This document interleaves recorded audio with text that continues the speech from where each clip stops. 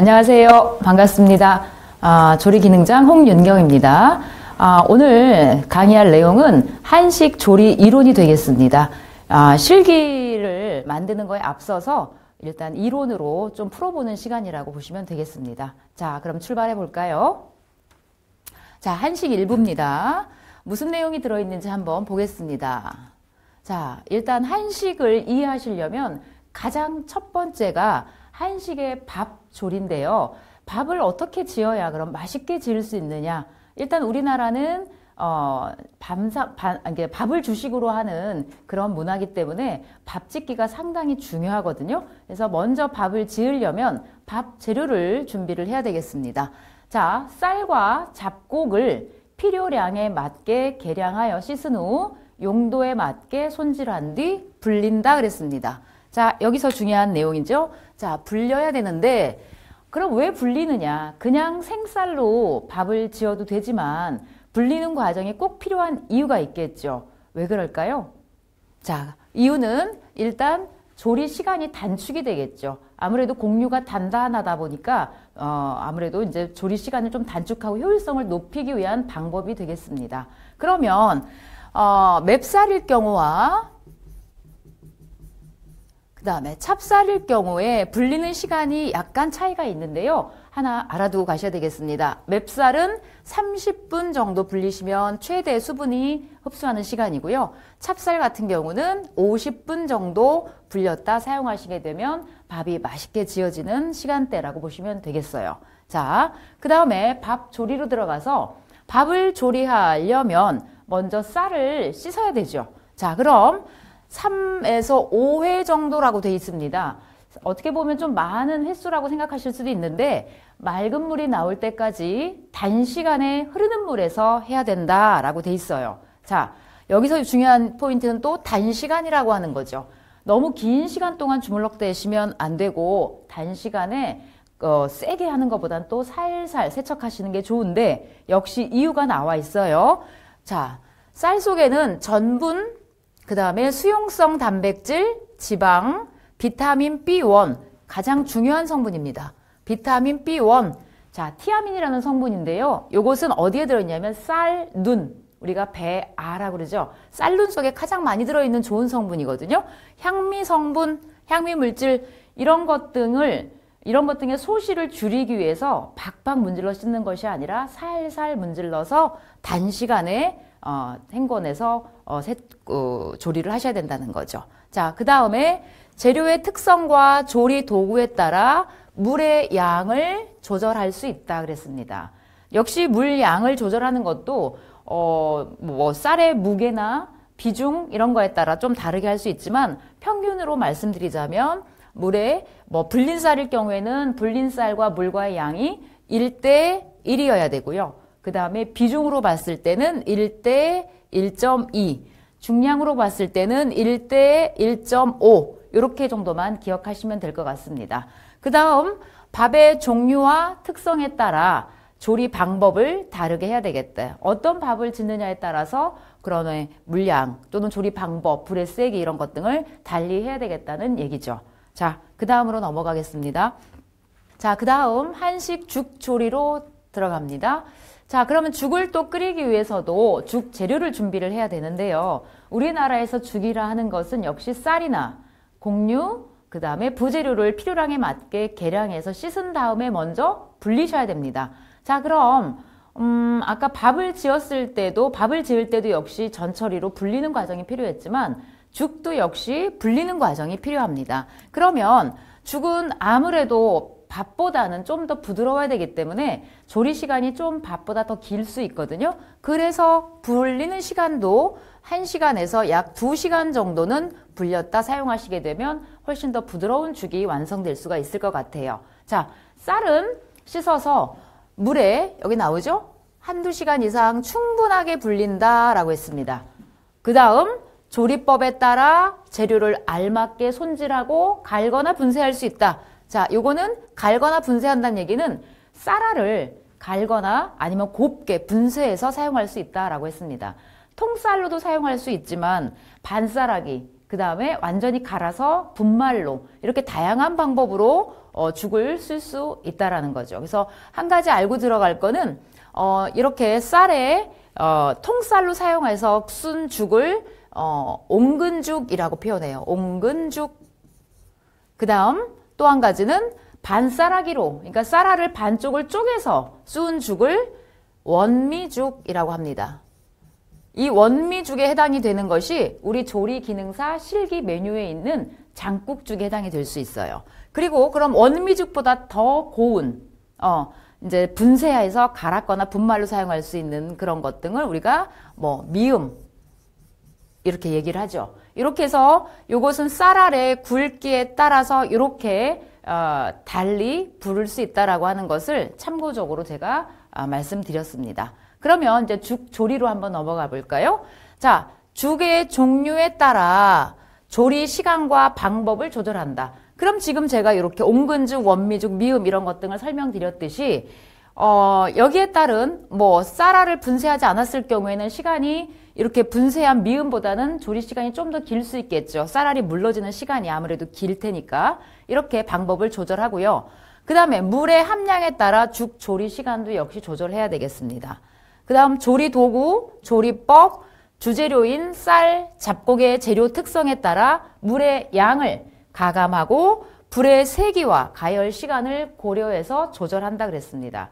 아무래도 죽은 좀 조리 시간도 그렇지만 물도 많이 들어가고 그냥 냅두면 밑이 누를 수가 있어요. 그래서 충분히 밑이 눌지 않도록 잘 저어주는 작업이 필요하고 뭉근하게 익혀야 되기 때문에 너무 얇은 재질보다는 두껍고 깊은 재질의 냄비로 조리를 하시는 것이 죽을 맛있게 또 끓일 수 있는 도구가 될 수 있겠습니다. 이렇게 해서 죽을 끓이는 방법과 조리하는 방법에 대해서 알아봤고요. 그 다음에 배우실 내용은 한식에 있어서의 국과 탕을 조리하는 방법이고 그거에 따른 종류를 한번 보겠습니다. 자, 국, 탕. 어떻게 보면 같은 뜻일 수도 있어요. 그죠? 자, 국이라고 하는 종류와 탕이라고 하는 종류를 한번 살펴보면 국은 우리가 알고 있는 맑은 묵국, 시금치 토장국, 좀 생소한가요? 토장국이라고 하는 것은 된장이나 고추장을 풀어서 끓인 국을 토장국이라고 합니다. 그 다음에 미역국, 그 다음에 북엇국, 콩나물국, 감자국, 아욱국, 쑥국, 오이냉국, 미역냉국, 가지냉국 이런 따뜻한 국부터 시원한 냉국까지 국 종류가 다양하죠. 탕류는 완자탕, 완자탕이라고 하는 것은 고기를 다져서 동그란 공 모양으로 만들어서 끓인 탕입니다. 그 다음에 애탕이라고 하는 것은 역시 요거는 쑥을 고기하고 함께 동그랗게 역시 빚어서 만든 쑥국이고요. 조개탕이라고 하는 것은 와가탕, 와각탕 이렇게 와각탕이라는 말 많이 들어보셨을 거예요. 조개탕을 끓일 때 입이 벌어지면서 서로 부딪히는 소리가 와각와각 소리가 난다 그래서 이렇게 와각탕, 와각탕, 와개탕 뭐 이런 말이 붙었다라고 합니다. 그 다음 홍합탕, 갈비탕 또는 갈비탕을 가리탕이라고도 부르고요. 육개장, 추어탕, 우거지탕, 감자탕, 설렁탕, 삼계탕, 머위탕, 보통 머위탕 같은 경우는 들깨를 넣고 머위 들깨탕으로 많이 끓이죠. 걸쭉하게. 비지탕. 이렇게 이제 국류와 탕류로 구분을 해봤는데, 이제 어쨌든 국물이 있어서 떠먹는 요리라고 하는 거, 그리고 따뜻하게 먹어야 된다라는 거, 뭐 이런 특징적인 부분이 있다라는 걸 기억하시고, 그러면 이 국과 탕을 조리할 때 주의점이 있습니다. 어떤 부분을 좀 주의를 해볼까요? 자, 보시면 육수를 낼 때 소금을 먼저 넣게 되면 소금은 짜죠. 그렇기 때문에 그 짠 성분으로 삼투압 작용으로 재료 속에 수분이 스며나오고 단백질이 응고가 돼요.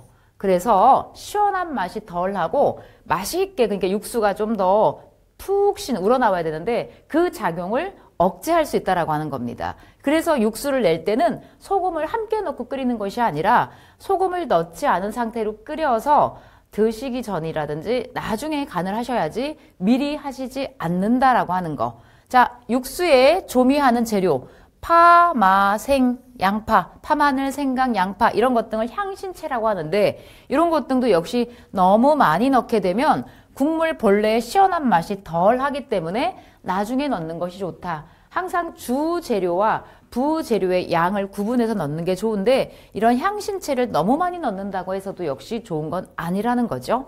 그 다음 국과 탕의 조리 온도는 85에서 약 100도씨 정도로 유지해서 끓여서 유지를 해야 된다는 겁니다. 그래서 이렇게 조리 온도는 888 끓여서 유지해야 된다라는 거. 이렇게 한식의 국과 탕 종류와 그리고 육수를 낼 때 주의할 점에 대해서 알아봤습니다. 자, 그리고 나서 이제 찌개 조리로 들어갑니다. 역시 국과 탕에 이어서 이제 나오는 것이 찌개인데요. 자, 찌개는 아무래도 국, 탕에 비해서 건더기가 조금 더 많다고 느껴지실 겁니다. 맞습니다. 그래서 이제 그런 종류고 맑은 찌개나 탁한 찌개 두 가지로 이렇게 나뉘는데요. 맑은 찌개는 주로 간을 소금, 간장, 새우젓 이런 걸로 하기 때문에 맛 자체가 담백하고 깔끔한 맛이 이제 특징이고요. 그거에 된 예로는 두부 젓국찌개, 우리 조리 기능사 메뉴에도 나와 있습니다. 두부 젓국찌개, 그리고 명란 젓국찌개, 호박 젓국찌개 이런 것 등이 맑은 찌개류에 속하는 찌개고요. 탁한 찌개라고 하는 것은 약간 걸쭉하면서 농도가 있는 그런 찌개를 얘기하는데요. 우리가 일명 토장찌개라고도 합니다. 아까 얘기했죠? 토장국. 자, 된장이나 고추장으로 간을 한 찌개를 얘기합니다. 그 예로 대표적인 거 한국 사람이 가장 좋아하는 된장찌개, 생선찌개, 순두부찌개, 청국장찌개, 두부찌개, 두부 고추장찌개, 오이, 감정, 호박 감정, 게감정. 좀 생소하죠? 요것도 어떻게 보면 오이찌개, 호박찌개, 게찌개인데요. 궁에서는 찌개라는 말보다는 감정이라는 말을 붙였다고 합니다. 그래서 궁에서 쓰는 된장, 고추장을 넣어서 끓인 찌개를 감정이라고 불렀다. 좀 생소하지만 여러분들 잘 기억해 두시면 좋겠습니다. 우리 기능사 메뉴에는 들어가 있진 않아요. 산업기사나 기능장 메뉴로는 들어가 있지만 그래도 이렇게 찌개류에 속하는 종류로서 감정이라는 뜻 정도는 알고 계시면 여러분들이 문제 풀으실 때 어렵지 않게 푸실 수 있을 것 같다라는 거. 자, 그러면 찌개는 어떻게 조리할까?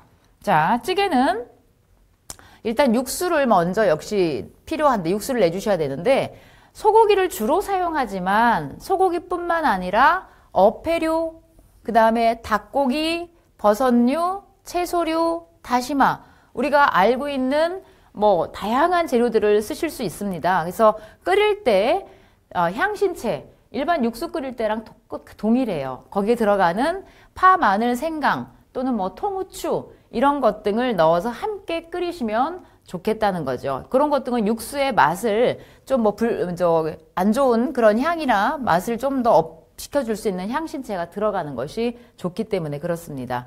그 다음에 조개류는 소금물에 해감한 후 소금물에 반드시 이제 해감을 하셔야 되겠죠. 모래 이런 게 들어가면 안 되니까 그렇게 하고 나서 약불로 단시간 안에 끓여내시는 것은 조개류예요.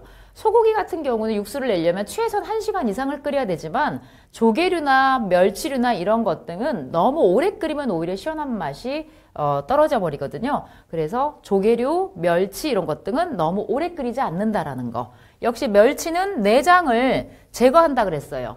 멸치를 내장 제거하지 않으면 그 안에 내장 성분 때문에 약간 쓴맛이 날 수 있거나 맑은 색깔이 안 날 수가 있기 때문에 내장을 제거해서 15분 정도로 역시 짧게 끓이는 것이 특징입니다. 자, 그 다음 조리법에 따라 손질된 재료는 양념해서 밑간을 할 수 있다.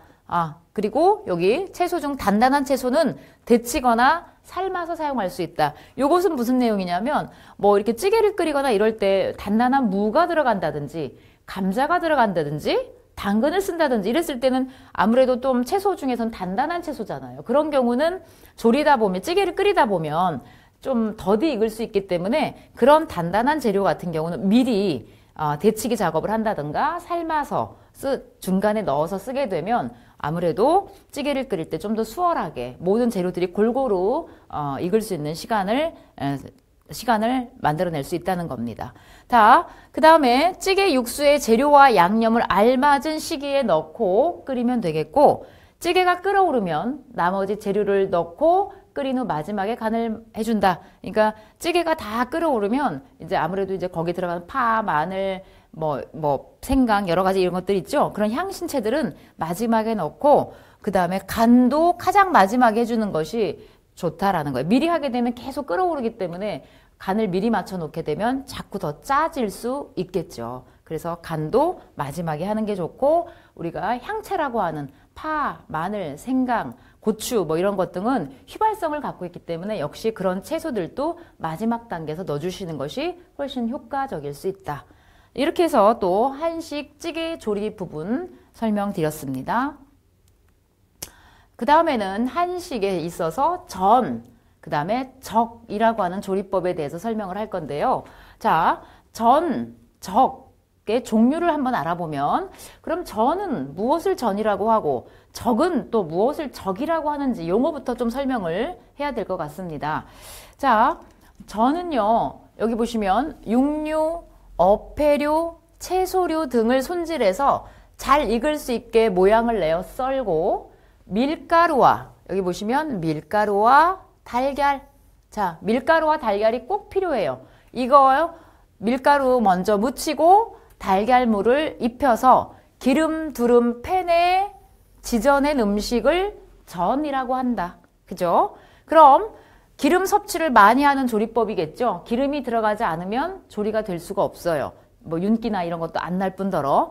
자, 기름 섭취를 많이 하는 조리법으로 일명 전유어, 전유화, 그냥 전야 이런 이름으로 명을 하며 제사에 사용한 전은 간남이라고 하더라. 이건 그냥 간단하게 알아두시면 되겠습니다. 그래서 이렇게 전은 기름 사용을 해서 여러 가지 재료를 가지고 밀가루와 달걀물을 씌워서 기름 두른 팬에 지져낸 음식을 전이라고 한다. 여러분들 많이 드셔보셨을걸요. 우리 기능사 시험에도 나와 있는 육원전, 표고전, 풋고추전 모든 이런 종류를 전이라고 보시면 되겠고, 적이라고 하는 것은 한 끗 차이인데요. 단어가. 적이라고 하는 것은 재료를 양념해서 뭐냐면 꼬치예요. 꼬치에 작게 꿰어 굽는 음식을 적이라고 합니다. 전은 꼬치에 꿰지 않죠. 하지만 적은 꼬치에 꿰어 굽는 음식을 얘기한다라는 거. 자, 꼬치에 꿰인 처음 재료와 마지막 재료가 같아야 된다. 그 재료에 따라 적의 이름이 명명한다. 그래서 주로 우리 역시 한식 조리 기능사 메뉴에 나와 있는 화양적, 지짐 누름적 이런 것 등이 대표적인 적에 해당이 되겠습니다. 그 다음 석쇠로 굽는 직화구이. 석쇠에다가 불 위에다가 바로 놓고 굽는 직화구이가 있고요. 그 다음 팬에서 굽는 간접구이로 나눌 수 있다. 자, 역시 한식 조리 기능사 시험 메뉴로 예를 들자면 산적에 해당하는 섭산적이라는 게 있거든요. 그거는 이제 직접 석쇠로 굽는 직화구이에 해당하는 적이 되겠고요. 누름적이라고 하는 것은 좀 전에 설명드렸던 화양적, 지짐누름적 이런 재료들을 모두 익혀서 꿰인 후에 밀가루나 달걀물을 씌워서 붙이거나 아니면 익힌 재료들을 꼬치에 꿰서 만든 음식을 적이라고 표현합니다. 그래서 전과 적의 조리법이나 이 차이점을 잘 구분하시는 것이 좋을 것 같습니다. 자, 그래서 이제 한식의 그 적 재료를 한번 준비를 해보는데요. 일단 조리 도구, 그 다음에 재료를 준비하는데, 조리 도구 같은 경우는 일단 전을 부치려면 프라이팬이 있어야 되고, 그 다음 또 적을 하려면 석쇠구이, 만약에 직화로 한다 그러면 석쇠도 준비해야 되고, 이런 도구와 재료를 준비하고, 식재료는 재료에 따라 전처리 과정을 거쳐야 되겠죠. 모든 음식을 준비할 때 전처리 과정이 모두 필요하지만 다듬고, 그 다음에 씻고, 그 다음에 자르고, 수분 제거하고 등등 기타 이런 밑손질을 끝낸 후에 조리가 들어가야 되겠습니다. 자, 그러면 아까 얘기했지만 전과 적 등 특히나 전은 기름 사용을 꼭 해야 되고 기름을 사용해야 되는 그런 조리법인데, 어떤 기름을 사용해야 되느냐 하면 발연점이 높은 식물성 기름. 자, 발연점이 높은 식물성 기름. 그 얘가 뭐냐면 대두유, 즉 콩기름이에요. 콩기름, 옥수수유, 포도씨유, 카놀라유라고 하는 것은 우리가 유채기름이라 그러죠. 채종류라고도 하는데 이런 기름이 다 식물성 기름이기 때문에 지금처럼 전뿐만이 아니라 튀김 이런 거 할 때 모두 합당한 좋은 기름이다. 발연점이라고 하는 것은 기름이 타기 전까지의 온도를 뜻하거든요. 여러분들도 간혹 아침 식사 예를 들어 아침 식사를 할 때 계란 후라이를 하나 하려고 하는데 먼저 예열부터 하시죠. 그러면 거기에 기름을 둘러놓고 예열하는 동안에 잠깐 하는 동안에 보면 막 연기가 나고 있어요. 기름이 타서. 그래서 그 기름이 막 연기가 나는 그 시점 전까지가 발연점이라고, 타기 전까지 온도. 그러니까 발연점이 높을수록 좋은 기름이 되겠죠. 그래서 지금 얘기 드렸던 식물성 대두유, 옥수수유, 포도씨유, 카놀라유 등등은 모두 대표적인 식물성 기름이면서 발연점이 높은 기름이기 때문에 그 다음 튀김용으로는 아주 적당한 기름이다.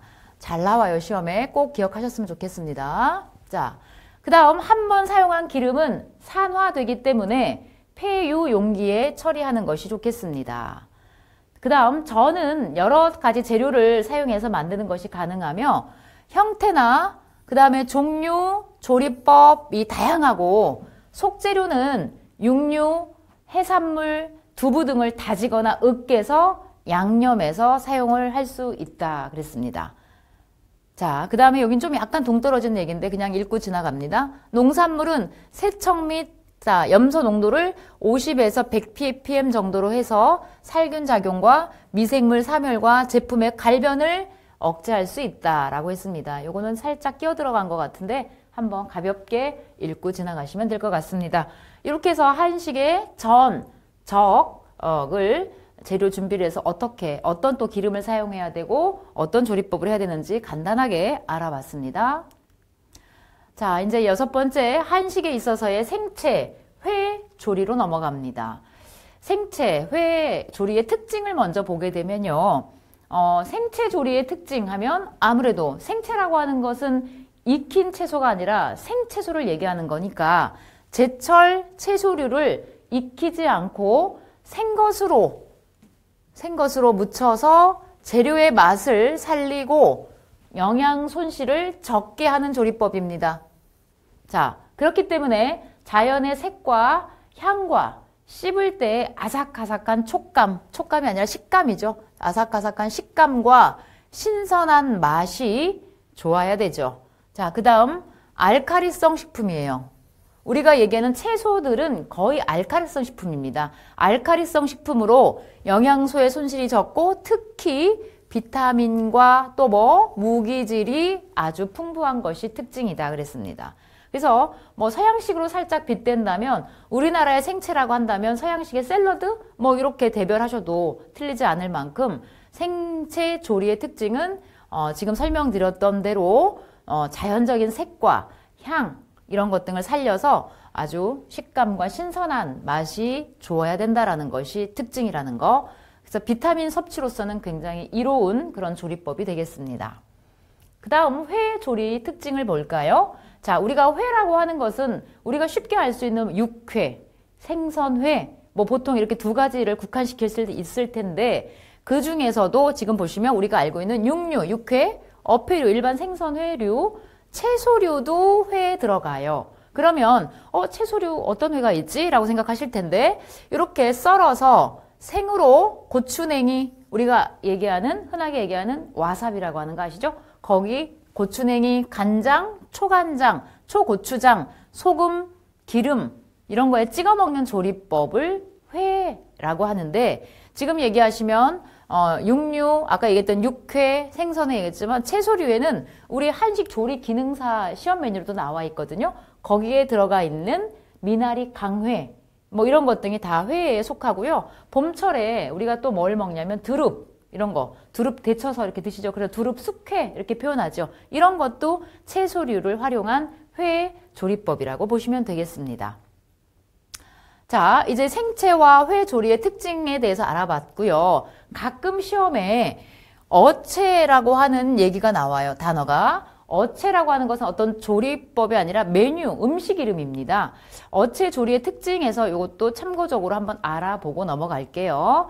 어체는 생선을 가지고 만든 음식인데 특히나 생선에서도 비린 맛이 덜 나는, 안 나는 흰살 생선, 뭐 민어, 숭어, 도미 등의 흰살 생선을 이용을 하는데요. 이것을 어떻게? 포를 떠요. 우리 전감 뜨듯이 포를 떠서 일정하게 자른 흰살 생선과 채소에다가 채소는 이렇게 골패쪽 모양으로 썰어서 녹말을 묻힙니다. 녹말을 묻힌 다음에 그것을 끓는 물에 데쳐요. 한 번만 데치는 게 아니라 아까 얘기했던 녹말을 생선과 채소에 묻힌 후에 데쳐요.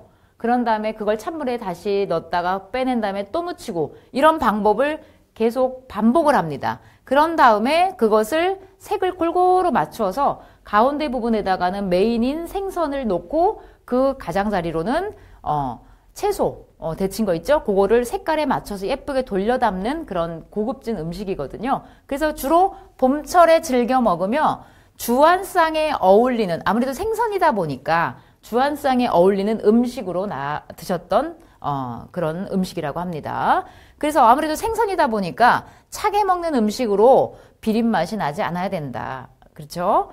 아까 말씀드렸던 대로 여기에 사용하는 생선은 흰살 생선을 주로 사용을 하고 사용했던 채소류는 오이, 고추, 뭐 버섯 이렇게 해서 색깔을 주로 우리가 오방색이라고 하는 오방색이라고 하는 것은 빨로, 초, 흰, 검 이렇게 5가지를 외우시면 되는데 그래서 여기도 보면 초록색, 고추의 붉은색, 버섯의 검은색, 뭐 황백 지단이 또 들어갈 테고 이렇게 해서 화려하게 예쁘게 돌려 담는 음식이었고 그래서 이런 어체 같은 경우 서민들보다는 궁에서 주로 많이 먹었던 귀한 음식이었다라고 합니다. 그래서 여기에도 초고추장을 함께 곁들여 냈다라고 합니다. 그래서 생채와 회 조리를 배우면서 특히나 거기에 연관되어져 있는 어체 조리법의 조리의 특성에 대해서도 함께 알아봤습니다. 자, 이제 지금까지 배웠던 우리 1부에서 배웠던 내용을 확인 학습해 볼게요. 살짝 이제 배운 내용도 있지만 제가 1부에서 다루지 않았던 부분도 꼭 알아야 될 부분이 있어서 한번 껴봤어요. 1번 문제 볼까요? 아밀로펙틴만으로 구성된 전분은 그랬습니다. 제가 왜 이 문제를 냈냐? 아까 우리가 배웠을 때 밥을 짓는 방법, 죽을 만드는 방법에 대해서 배웠죠? 그때 들어갔던 게 우리가 사용하는 것이 곡류, 쌀이었단 말이에요. 그렇듯이 그런 곡류 속에 들어있는 단백질 성분이 있는데 그게 2가지, 아밀로펙틴, 아밀로스 2가지거든요. 그래서 우리가 알고 있는 일반 맵쌀에는 아밀로스라고 하는 성분도 들어가 있어요. 그래서 아밀로펙틴이라고 하는 성분은 조금 쫄깃쫄깃한 그런 탄성이 있는 단백질이거든요. 그렇기 때문에 아밀로펙틴만으로 구성된 전분은 하고 물으면 찹쌀 전분이 정답입니다. 그래서 앞으로 요 시험이 굉장히 잘 나와요. 아밀로펙틴 물어보는 거. 아밀로펙틴만 구성된 전분은 하면 찹쌀 전분이기 때문에 이거에 대한 종류를 또 물어볼 수 있어요. 그러면 찹쌀, 그 다음에 찰옥수수, 찰수수, 이렇게 앞에 찰이라는 말이 붙어 있으면 다 아밀로펙틴만으로 구성된 전분이다라고 이해하시면 되겠습니다. 자, 2번 문제 볼게요. 채소류 조리 시 색의 변화로 옳은 것은 문제를 푸실 때는 문제 속에 답이 있거든요. 문제를 꼼꼼하게 2번, 3번 곱씹어서 읽게 되면 이 문제구나. 문제를 먼저 무엇을 물어보는지 그 의도를 파악할 수가 있어요. 그래서 처음에 딱 읽었을 때는 문제가 이해가 안 되시면 2번, 3번 그 문제가 이해가 될 때까지 충분하게 읽으신 후에 밑에 보기를 보고 문제 답안을 찾아주시면 조금 더 잘 보이실 겁니다. 다시 한번 읽어볼까요? 채소류를 조리했을 때 색의 변화로 옳은 거예요. 옳은 거. 틀린 게 아니라. 자, 그러면 일단 정답은 1번이기 때문에 체크를 하고 정답이 아닌 것부터 한번 그러면 설명드릴게요. 당근은 카로틴이라고 하죠. 카로티노이드 색소인데 당근에 산을 넣으면 퇴색된다? 아니에요. 오히려 산이 더 안정화가 되기 때문에 색이 더 예뻐져요. 2번째, 양파에 알카리를 넣으면 백색이 된다 그랬죠. 하얗게 되는 게 아니라 오히려 더 누렇게 변합니다. 그리고 가지에 산을 넣으면 청색이 된다. 가지는 색깔이 안토시아닌계 색깔이기 때문에 보랏빛이죠. 거기에 산, 식초 이런 것 등을 넣었다? 그러면 청색이 되는 것이 아니라 오히려 붉은빛으로 변합니다. 그래서 세 가지 내용이 틀렸고 1번 시금치는 산. 시금치 속에는요. 산. 어떤 산이다? 수산이라는 성분이 들어있어요. 수산. 요 수산이라는 성분이 들어있기 때문에 왜 시금치를 데치는 요령도 시험에 가끔 나오거든요. 어떻게 데친다? 뚜껑을 열고 데친다라는 말이 써 있어야 되고 거기에 또 소금도 1% 정도를 넣어주면 훨씬 더 색의 변화를 안정화시킬 수 있습니다. 그래서 시금치는 산을 넣으면 역시 어떻게? 녹황색으로 약간 변할 수 있다 그랬습니다. 그래서 정답은 1번이 정답이에요. 자, 이렇게 해서 확인 학습까지 다 풀어봤습니다. 우리가 한식을 이제 실기하기 앞서서 이론적으로 이렇게 풀어보기 때문에 어떻게 보면 좀 이해도 잘 안 되고 직접 만들면 좀 더 빨리 이해도 할 수 있을 것 같은데 이런 생각이 드실 텐데 그래도 이렇게 이론으로 정리를 해서 한번 쭉 훑어보신다는 생각으로 임하시면 오히려 이해가 더 잘 될 것 같습니다. 1부는 여기까지고요. 2부에서 만나겠습니다. 감사합니다.